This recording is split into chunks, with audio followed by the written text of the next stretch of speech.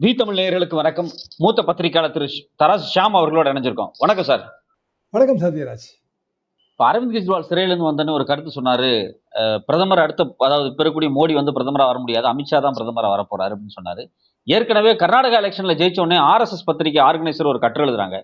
அதுலயும் இவங்க மென்ஷன் பண்றாங்க என்ன அப்படின்னா, இந்துத்துவாவினுடைய குளூவும் மோடியினுடைய கரிஸ்மாவும் மட்டுமே ஒர்க் அவுட் எல்லாம் ஆகாது. நீங்க வந்து கிரவுண்ட் லெவல்ல, ரீஜனல் லெவல்ல நீங்க வந்து ஒர்க் பண்ணணும் அப்படிங்கிற மாதிரி ஒரு கட்டுரை எழுதுறாங்க. அப்பயே அவங்க ஒரு எச்சரிக்கை மாதிரி சொல்றாங்க. ரைட் டைம் கவனமா இருந்துங்க, இப்படி செய்யணும் அப்படிங்கறத எச்சரிக்கை பண்றாங்க.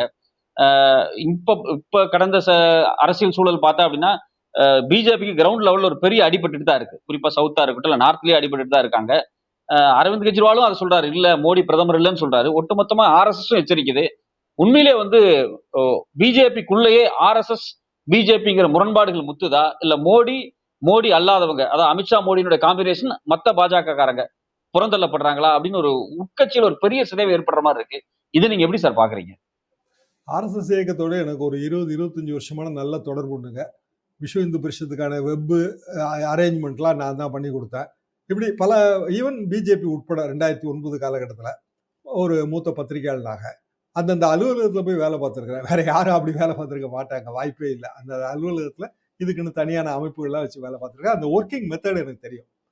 ஆர்எஸ்எஸ் இயல்பாகவே இங்க உதாரணமா அவங்களோட ஆஃபீஸ், ஸ்பெட்டாங்களோட ஆஃபீஸ்க்குலாம் நான் நிறைய தடவை போயிட்டு வந்திருக்கிறேன். பெரிய சீனியர் லீடர்ஸோட பழக்கம். சீனியர்ஸ் லீடர்ஸ் ரொம்ப சிம்பிளா இருப்பாங்க. அவங்க வந்து மனம் விட்டு பேசுவாங்க. அந்த ஒன்றும் பிரச்சனையே கிடையாதுங்க. இன்னைக்கு மன்மோகன் வைத்தியா இருக்கிறாரு, மிகப்பெரிய ஆர்எஸ்எஸ் ஐடியாலஜி. அவரெல்லாம் மனம் விட்டு பேசுவார். அவங்க சித்தாந்தமே வந்து அமைப்பு தான் பெருசு, தனி மனிதர்கள் பெருசே இல்லை. எப்போதுமே தனி மனிதர்களே வந்து முன்னிறுத்தவே அவங்க தயங்குவாங்க, அவங்கள காட்டிக்கவே மாட்டாங்க. ஆனா இங்க வந்து தலையில இருக்கு. இங்க வந்து மோடி, அமித்ஷா, மோடியை தாண்டி வந்து லீடரே கிடையாது. பிஜேபிக்குள்ள இருக்கிற பல தலைவர்களையுமே காலி பண்ணிட்டாங்க. 2 பேருமா சேர்ந்து யாருமே போட்டி இல்லாதபடி காலி பண்ணிட்டாங்க. அதாவது நம்ம இங்க தமிழ்நாடு இல்லைன்னா ஒரு ரீஜனல் பாலிடிக்ஸ்ல என்ன பார்ப்போமோ அதுதான் நடந்திருக்கு. நீங்க ஆரம்பத்துல சொன்ன எடப்பாடி பழனிசாமி அவர்கள் எப்படி அதிமுகல இருந்த மற்ற தலைவர்களை எல்லாம் ஓரம் கட்டினாங்களோ அதோட விஸ்தாரம் தான் இது. அதோட நீட்சி தான் தேசிய அளவுல. அதனாலதான் ஆர்கனைசர் அந்த எச்சரிக்கை விடுது. நானும் அந்த கட்டுரையை படிச்சேன். அப்பப்போ வந்துகிட்டே தாங்க இருக்கு. இந்த மாதிரியான கட்டுரைகள் அப்பப்போ வந்துகிட்டே தான் இருக்கு. அப்ப கர்நாடகால அந்த ஃபெயிலியர் பிறகு சுதாரிச்சிருக்கணும், சுதாரிக்கல. இப்பவும் அது ஃபெயிலியர் நோக்கி போகுதுங்கிறது நல்லாவே வெட்ட விஷயமா தெரியுது. மெஜாரிட்டி இல்ல மம்தா பானர்ஜி நேற்றுக்கு சொல்ற மாதிரி 200 சீட்டை தாண்டாது பிஜேபின்னு சொல்ற மாதிரி 200க்கு வந்துட்டாங்க, அதை விட கீழே குறைஞ்சிட்டாங்க. அப்படியான ஒரு நிலைமை வந்தால் மோடி வந்து அந்த பிரதமர் வேட்பாளரும் கிடையாது, அவர் பாரதிய ஜனதால இந்த மார்க்தர்ஷிக் மண்டல்ல தான் போய் சேரணும். அதாவது வயசானவங்களுக்கு எல்லாம் வழிகாட்டும் குழு வச்சிருக்காங்க. நம்ம அத்வானி எல்லாரும் அந்த குழுவில் தான் இப்ப இருக்காங்க. அந்த மார்க்தர்ஷிக் மண்டல்ல தான் போய் சேரணுங்க. அமித்ஷாவையும் கூட கூட்டிட்டு போவாரா இல்லையான்னு எனக்கு தெரியல. அது அவர் இன்னும் கொஞ்சம் இருக்கு அவருக்கு காலம். 75 வயசுங்கிறது அது அரவிந்த் கெஜ்ரிவால் சொல்றது பிராக்டிக்கலா சரிதான். என்னன்னா பலரையும் குஜராத்லயே வந்து ஆனந்தி பெண்ணை வந்து முதலமைச்சர் பதவியிலேருந்து தூக்கும்போது 75 வயசு ஆயிடுச்சுங்க, எங்க கட்சி அமைப்பின்படி நான் வந்து விளைவிக்கிறேன்னு சொன்னாங்க. இன்னைக்கு கவர்னரா இருக்காங்க. எப்படி ஆந்திரால வந்து இன்னொரு லீடர் டக்குனு பேர் மறந்துட்டேன். அதாவது அவருமே இப்ப இன்னைக்கு ஒரு கவர்னரா இருக்காரு. இதே 75 வயசு தான். இப்படி நிறைய பேர் 75 வயசுல வந்து அரசியல் ஓய்வு, அதாவது அன்றாட அரசியல்ல இருந்து ஓய்வு. அரசியல்ல இருப்பாங்க, ஆக்டிவ் பாலிடிக்ஸ்ல இருக்க மாட்டாங்க. அப்போ மோடி அவர்களுக்கு 75 வயசு ஆகும் போது அவரு ஆக்டிவ் பாலிடிக்ஸ்ல இருக்க மாட்டாரு. அப்ப யாருக்காக ஓட்டு கேட்கறாங்க? அமித்ஷா பிரதமர் ஆகுதுக்குன்னு அரவிந்த் கெஜ்ரிவால் சொல்றாரு. இங்கதான் பிஜேபியே வரப்போறது இல்லையா, அப்புறம் யாரு பிரதமர் வேட்பாளரா இருந்து என்ன அதுல என்ன இருக்கு? நீங்க அரவிந்த் கெஜ்ரிவால் சொல்லும் போதெல்லாம் பிஜேபி வந்துரும் சொல்லு, பிஜேபி வந்துரும் போல எல்லாம் சொல்றாரு. பிரதமர் சொல்லுங்க. அமித்ஷாவே வந்து இல்ல பிரதமர் மோடி தான் இருப்பார் 5 வருஷம் அப்படிங்கிறாரு.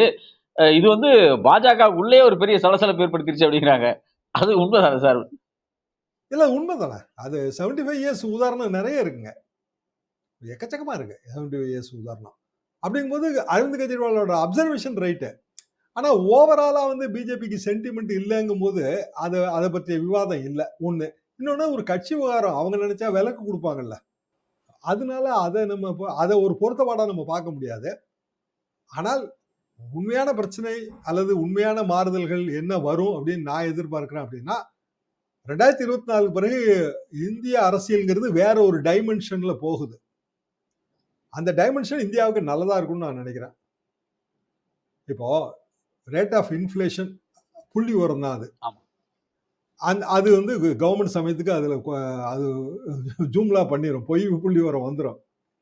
ஆனா பாவர்ட்டி அலிமினேஷன், அதாவது வறுமை கோட்டுக்கு கீழே வாழ்றவங்களோட எண்ணிக்கை குறைதல், இது வந்து கான்ஸ்டன்டா உலகளாவில் எடுத்துக்கிட்டு இருக்காங்க.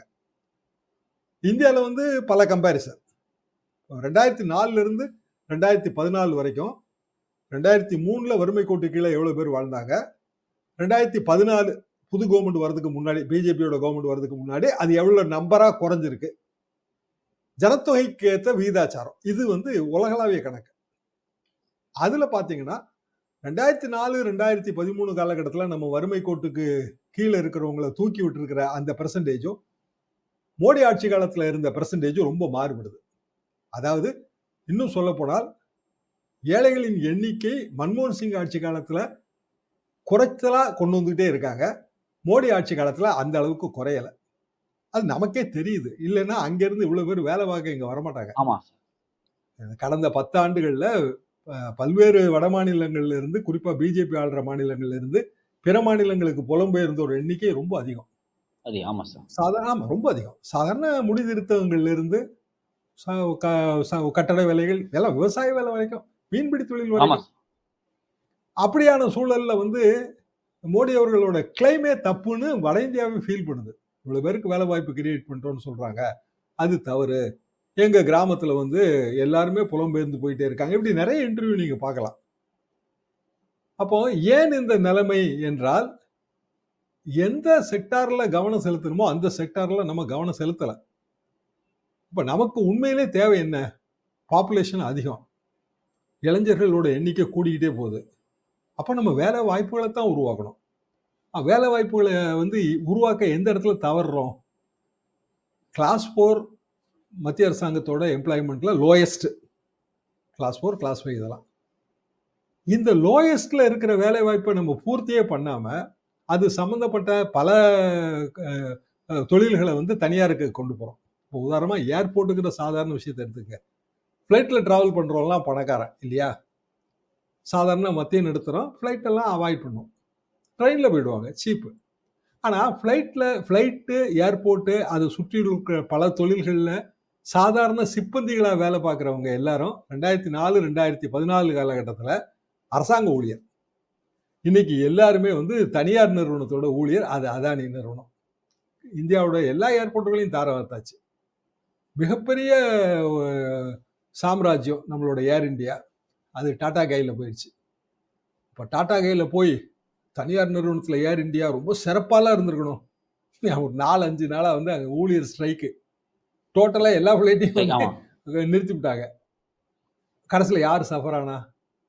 நம்ம நினைக்கிற மத்திய தர வர்க்கத்துக்கு மேலான பணக்கார பயணிகள். அதாவது கீழே கிரவுண்ட் லெவல்ல சாதாரண நிலைமையில ஏற்படுற ஒரு மாறுதல் என்பது யாரை பாதிக்குதுன்னா, த்ரூ அவுட் இந்தியாவில் எல்லா மட்டத்தையும் பாதிக்குது. ஏன் இந்த அவல நிலைன்னா, கான்ட்ராக்ட் ஒப்பந்த அடிப்படையில் தனியார் நிறுவனத்தில் பணியாற்றும் போது அவனோட ஊதிய விகிதாச்சாரம், அந்த வேலை நிலைமை எல்லாமே மாறுபடும் போது அவன் டிஸாட்டிஸ்ஃபைடா இருக்கான். இப்போ ஏதோ சமாளித்து கொண்டு வந்து திருப்பி ஏர் இந்தியா இயங்கிட்டு இருக்கு. அப்போ நீங்கள் தனியார் மயமாக்கினாலே பெரிய அளவுக்கான முன்னேற்றம் ஏற்பட்டுரும், இந்தியாவில் வந்து எல்லாமே தனியார் மயமாகணுங்கிற இந்த தாராள பொருளாதார கொள்கையிலிருந்து நம்ம மாறுபடணும். காரணம், இதை பேலன்ஸ் பண்ணி கொண்டு போக வேண்டிய ஒரு ஐட்டம்.